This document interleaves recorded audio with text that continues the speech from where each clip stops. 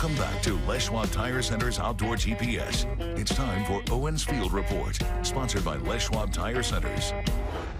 Welcome back, everyone. Now, it's been a very interesting week around here. Conditions have changed completely. I mean, you couldn't do more of a 180. We're going to get to river levels here in just a minute. But we all know, hopefully you all know, we had a ton of water that came in. Every river, no matter where it was, exploded. The river that I'm primarily spending my time on went up almost 9 feet in 48 hours and then turned over and dropped straight back down.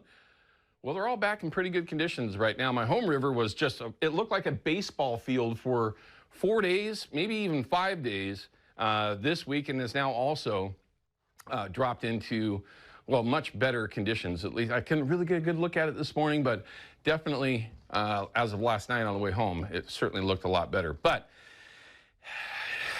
man, fishing's been tough. I mean, just super tough. Everyone has just been seeming to be struggling. Now, that's just this week. Week prior, before everything blew out, there was some pretty decent reports to be shared, but it just seems like a struggle this week, and conditions probably had a lot to do with that. And it just didn't seem like, you know, that typical, you get the big bounce, everything turns over, you got a fresh shot of fish. It just doesn't seem, at least where I'm spending my time and some of the reports that I'm getting from other areas, it just doesn't seem like that happened. It really just seems like there were already fish in the system when everything blew out. And then once it started to drop, they started to move and they started to bite a little bit, and there's just not very many of them.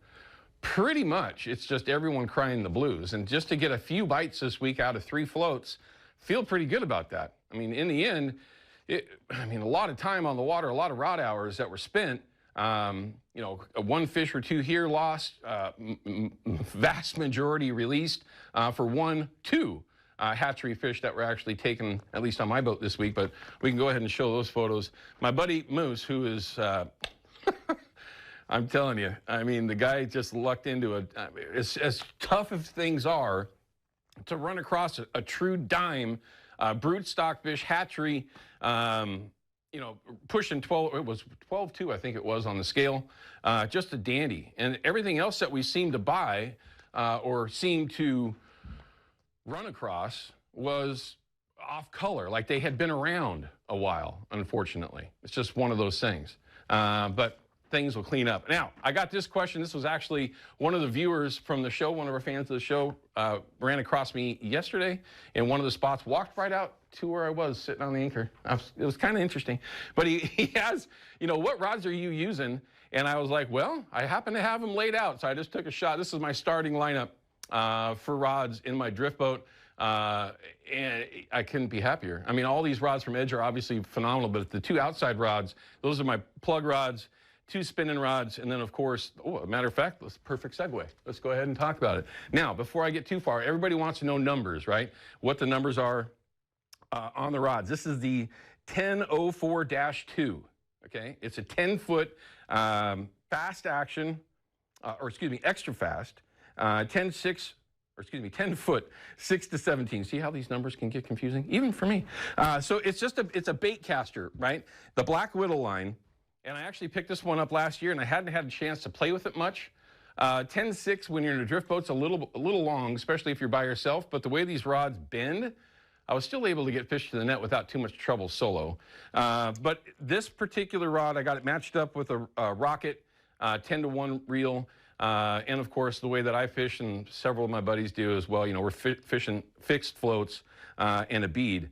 And that's been the ticket for us this week. I think all the fish except for 1 came on this exact setup. Different color of beads, of course, but look into that. It's the 1004-2. If you want a really good throwing spinners, drift fishing rod, I'm using it as a bobber dogging setup now, or chandeliering really, but just very, very versatile. That 1004, especially if you're a bait caster, is super, super impressive and just ultra light. I mean, there's just no weight to this thing. If you're hiking in, you'd be able to just fish it all day long and not feel anything. And that's one of the reasons why I was running this in the boat this week. You know, if you remember, I was having issues with my right arm. I still am a little bit, but going to a right-handed bait caster really bought me a lot of extra time, in comfort. So just look it up. If you're in the market for a new bait casting rod, 10 foot, just perfect, I think, the 6 to 17, and I know that when I hit the Deschutes, I won't change a darn thing. I will literally cut this off and put a size 4 Blue Fox on and start casting spinners and punching into the wind. With the way this rod bends, I mean, it is just a super impressive rod. So I had to get that in there. That was one of the questions from this week in particular. But, so again, 1004-2. If you're into those kind of rods, bait casters, look into it. Okay, let's take a look at fish counts, and then we're going to go to river levels. Fish counts, as of now, not that interesting, right? Look at the counts over the falls at Oregon City. Nothing, right? No Chinook have made it over. The steelhead numbers, you know, this is when we start looking at things going, okay, how's this all going to pan out as we go forward into the spring season? Either it be upcoming summer run steelhead or spring Chinook. This is the beginning. March 1, here's your barometer. Let's take a look at Bonneville. Anything over Bonneville? No, okay?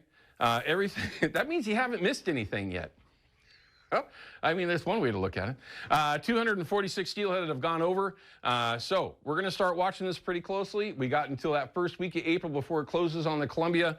We'll see how things start to ramp up and when they actually start to ramp up at Bonneville. But again, remember, these counts this early in the year really don't mean anything, because if you're chasing fish below Bonneville, that's where you want them, right? But we're going to keep a track on it, and that's, again, it's just that time of year. River levels, though, like we were talking about a little bit ago, everything popped. Really, I was impressed by the Columbia going up that much. That was just a lot. Was there a lot of rain and snow over on your side? East side of Washington. But yes, definitely was a pretty good rise. Definitely turned over now, and, you know, for those folks that are out there trying to chase that March fish, I mean, on that kind of a drop, it's pretty good conditions. You know, another day or two could get interesting. Certainly something to pay attention to if you're crazy enough to get out there.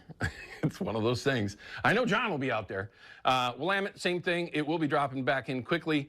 There were some interesting reports last week. Hopefully that'll kind of come back a little bit. But you can see all the smaller rivers have dropped right back into prime levels. Now, the conditions as far as color goes on this river in particular was horrible for days. There was 2 different mudslides up high, and those have kind of flushed their way out. I would expect it to still be a little bit off color, but I'd rather have it off color than clear if I had the choice. Same thing along the coast. Everything exploded. I actually had a chance to go fishing with Terry Mulkey on Tuesday, and we canceled because the river was exploded. But everything is now back in prime conditions. If there's anyone out there that's on the fence about getting out and chasing some steelhead along the coast or inland, I would get over that and go and try to take advantage of the conditions that you're given. On any given day that you have a day off, you just go and play what you got. And this is perfect conditions to go after them. And if you want some free scent, send my buddy Jason over at Procure an email. It is real. It's not a conspiracy. Send Jason at procure.com, and you'll be entered in to win that weekly prize pack. You have to do it every week in order to be in the deal. Not just one time. You have to do it each week. Okay? All right, let's check in with Peyton Major and find out what this weather's going to do. And you've had a busy week, haven't you? Oh, my goodness, yes. Monday was a little chaotic at times, but we had some very strong gusts. Actually, areas near Astoria, we're near 70 and 80 miles per hour along the coast.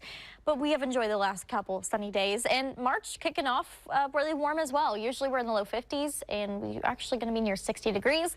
And also, of course, March marks the first little bit of spring and the end of winter. It's the first day of meteorological spring, which is kind of just a fancy way of saying from now all the way through the end of March, we're going to be keeping spring data. Our winter data is now over.